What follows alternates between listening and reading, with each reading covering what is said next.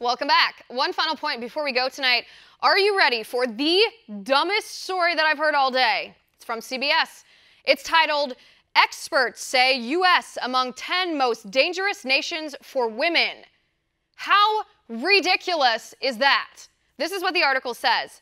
The United States has been ranked for the first time among the 10 nations deemed to be the most dangerous for women by experts in the field. A survey by the Thomson Reuters Foundation of about 550 experts in women's issues around the globe labeled the U.S. the 10th most dangerous nation.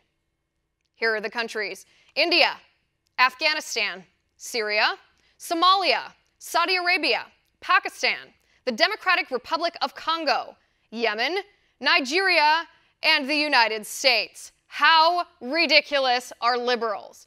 Let's talk about countries where women are actually in danger. Let's talk about the countries where women aren't allowed to show their faces. They're forced by the government to cover themselves. They have to ask permission to leave the house.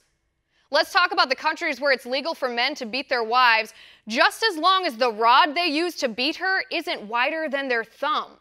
Where women can be stoned to death for being raped, where women aren't allowed to go to school, where a woman was thrown in jail for taking off her hijab, and her lawyer was thrown in prison too, just for good measure.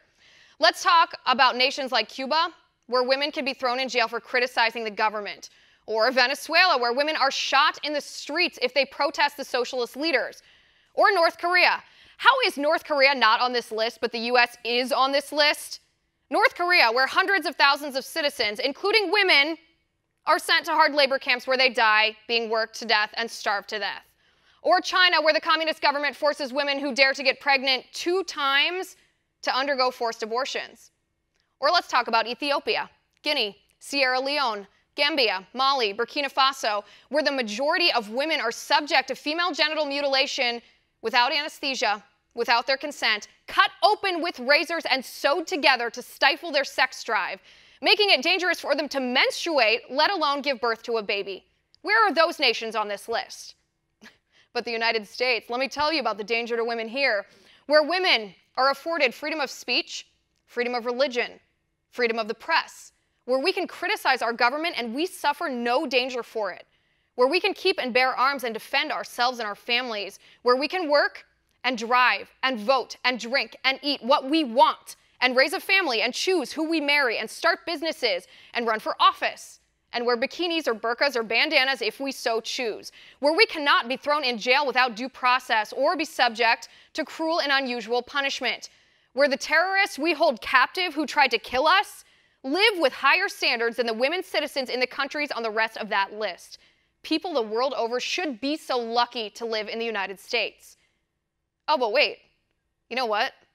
There is a real danger for women in the United States. If you are a woman, you're targeted, not protected by law. 500,000 women like this are killed for the sake of convenience every single year, and it's legal.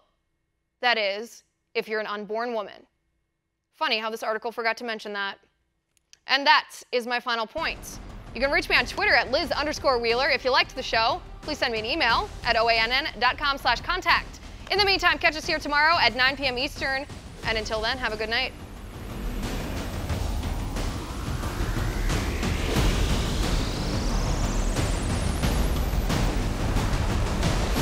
Want to see more videos like this?